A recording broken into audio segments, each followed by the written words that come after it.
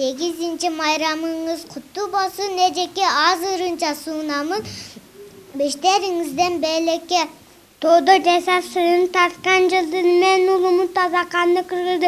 Jigit bolup törülgön soň ağlama. Asabasın büyük kalmam kırıldı. İstem emekem koş konu. Күмүн дайда суксегим. Сундай косу көтө туган сынтыкында мен бакты өкөнмөн. Османда кайдагы сагып сайнатан kenay кок. Абы кимин маям.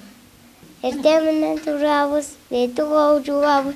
Тазаткан кийинип, биз бакчага барабыз. Ай чыкты карач, айдан биз аралды. Айныры төгүл, алтындай бала. Күн çıktı karar, günden becer aldı. Gündürü tağıl, gümüştey balalık. Çarşıl canın içinde caynagan kurt, kumusqa oşonca ömölü, yuv yaşını unutma.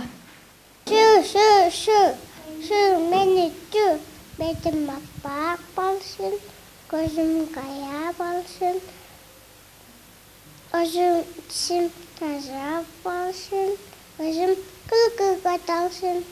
Атам мана жоқты, әпәм жамдем, дүшман кезеп отағыз, көп жамдем. Асманда сылдыстай жимай қажасат, анкені ай айтатын шықты самасат.